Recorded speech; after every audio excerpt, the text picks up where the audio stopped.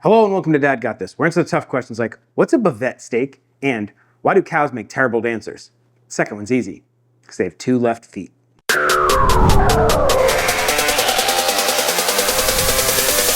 This video is brought to you by Victoria Cast Iron and their signature series of cast iron pans, which we are going to use to cook up a Bavette steak.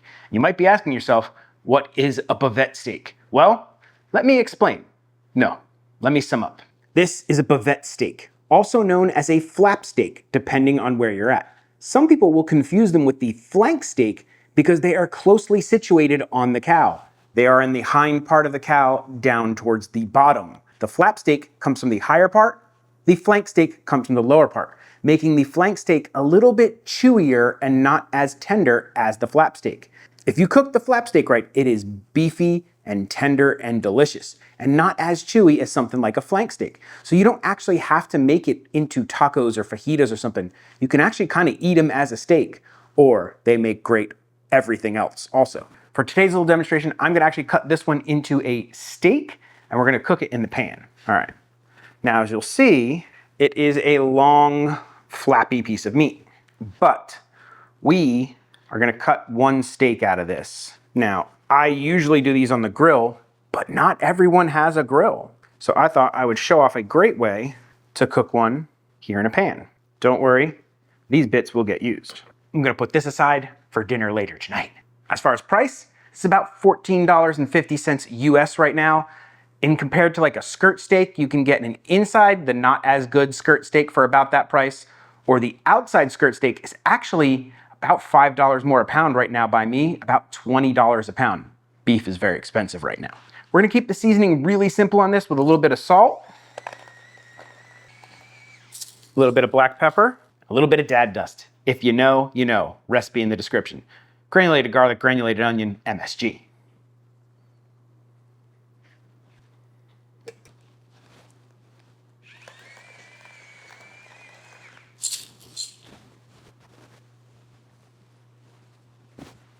That was messy and unnecessary, but quite fun. Now that it's ready, let's deal with our pan. We're gonna set this over high heat. We wanna really get a super awesome crust in this because these are best cooked to about medium rare. Because we're going high heat, I'm using a high heat oil, a little bit of avocado oil. While that's coming up to temp, we are gonna cube up some butter. I gave the knife a wash. Probably 3 tablespoons of butter is gonna be enough for this one little steak. I've got some fresh rosemary here, and we're gonna crush up some garlic. 3 should be good. Those are for later. You wanna give this a couple of minutes to preheat, maybe 3, 5. It's gonna get smoky. You need a really hot pan to get a nice crust on a steak like this if you're not grilling it. Maybe open the windows, turn on some fans, or just be ready for a fire alarm. Some other cuts that are similar to this that you could do in a pan like this are Denver or hanger steaks. Those are awesome, delicious steaks that come out great in a cast iron pan if you don't have a grill. This is a laser temperature thermometer. It kind of takes the temperature of the surface of things.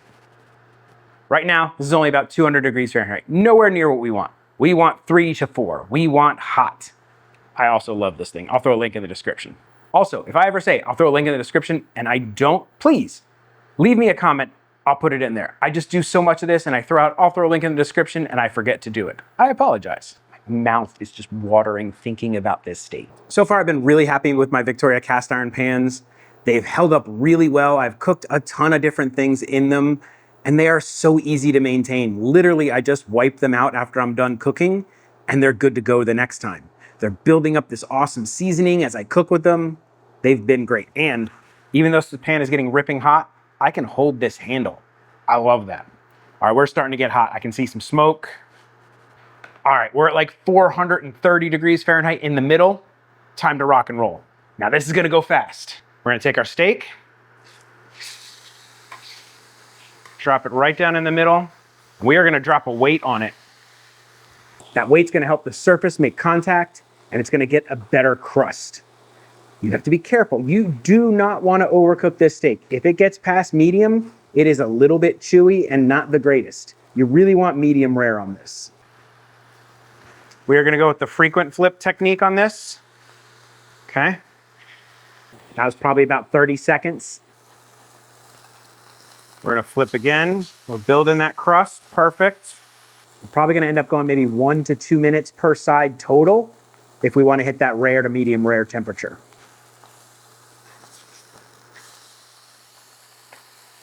We're already starting to build up a nice crust.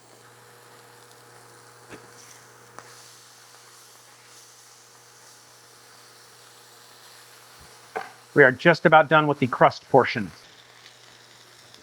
Our weight has done its job. All right, that is about done. We're gonna go ahead and pull that. We're gonna turn off the heat. We're gonna add in our garlic, add in our butter,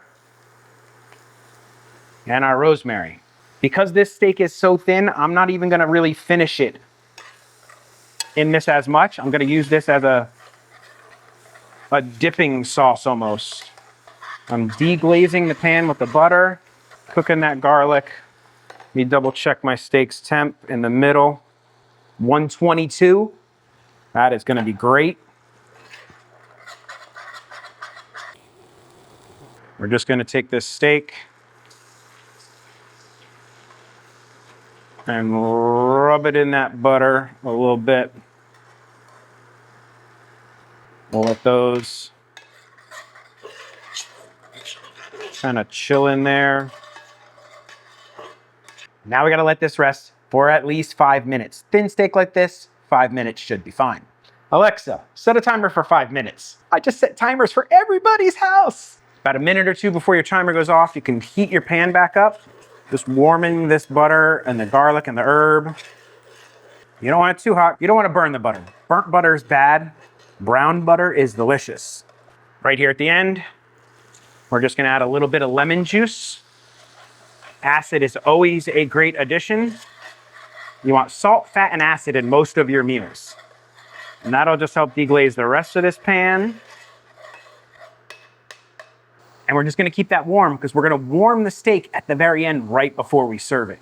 If you wanna get super fancy, warm your plate up in the oven to like 400 degrees, make it a really hot plate or as hot as your plate will allow it to go. Just a warmed plate under the steak is gonna make so much of a difference when you serve it. It's gonna stay hotter better. It's gonna stay hotter longer. And you just have a better steak experience. We're gonna take this guy, pop it in here real quick. Just a few seconds on each side. Back onto our cutting board. Our herbs. A couple of chunks of garlic. And then this has a pour spout.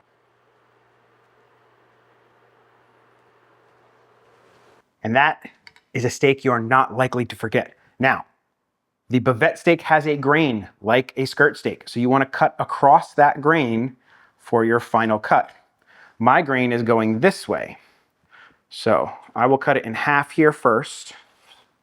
And I think I nailed it. For a Bavette steak, that is the perfect temp. If you were to eat a Bavette steak, you would cut it into thin strips, like so. Oh man. Oh man. It is such a beefy steak. It has such a pronounced beef flavor. It just has more flavor than other steaks. I don't know how exactly to explain it, but to call it beefy is a good explanation. I'm going to have another slice. Might hit it with a little extra salt. That sauteed like that. Ooh, so garlicky. So even if you don't have a grill, you can cook an amazing steak using that cast iron pan and get fantastic results. This is probably one of my absolute favorite cuts of steak. If you're sitting there thinking, I'd like one of those pans, I'd like to cook that steak, well, I've got a code that'll save you 15% on that cast iron pan or any other cast iron pan from the Victoria cast iron line. It is in the description. I hope you liked that, and maybe you learned a little bit about a new cut of beef that you've never tried before. And if you're enjoying this content, please do the YouTube likey subscribe stuff. YouTube loves it when you leave a like. I love it when you leave a comment. I answer just about every comment in my comment section. If you really want to support the channel, consider becoming a member. Members get early access to videos, behind the scenes, producer credits. Sometimes you get longer cuts of videos just for you guys. But if you can't, subscribing would be enough. Well, with all that out of the way, guess there's only one question left to answer. How do cows keep up with current events? They read the newspaper. Yeah, pretty bad. Dad may tell horrible dad jokes, cook fantastic steaks in cast iron pans thanks to Victoria Cast Iron. But one thing Dad will never do is an outro. So that's it. Bye. This is the part where I thank all of my members. You guys are the absolute best. Thank you so much for your support, and rock on. I don't know why I said rock on, but rock on.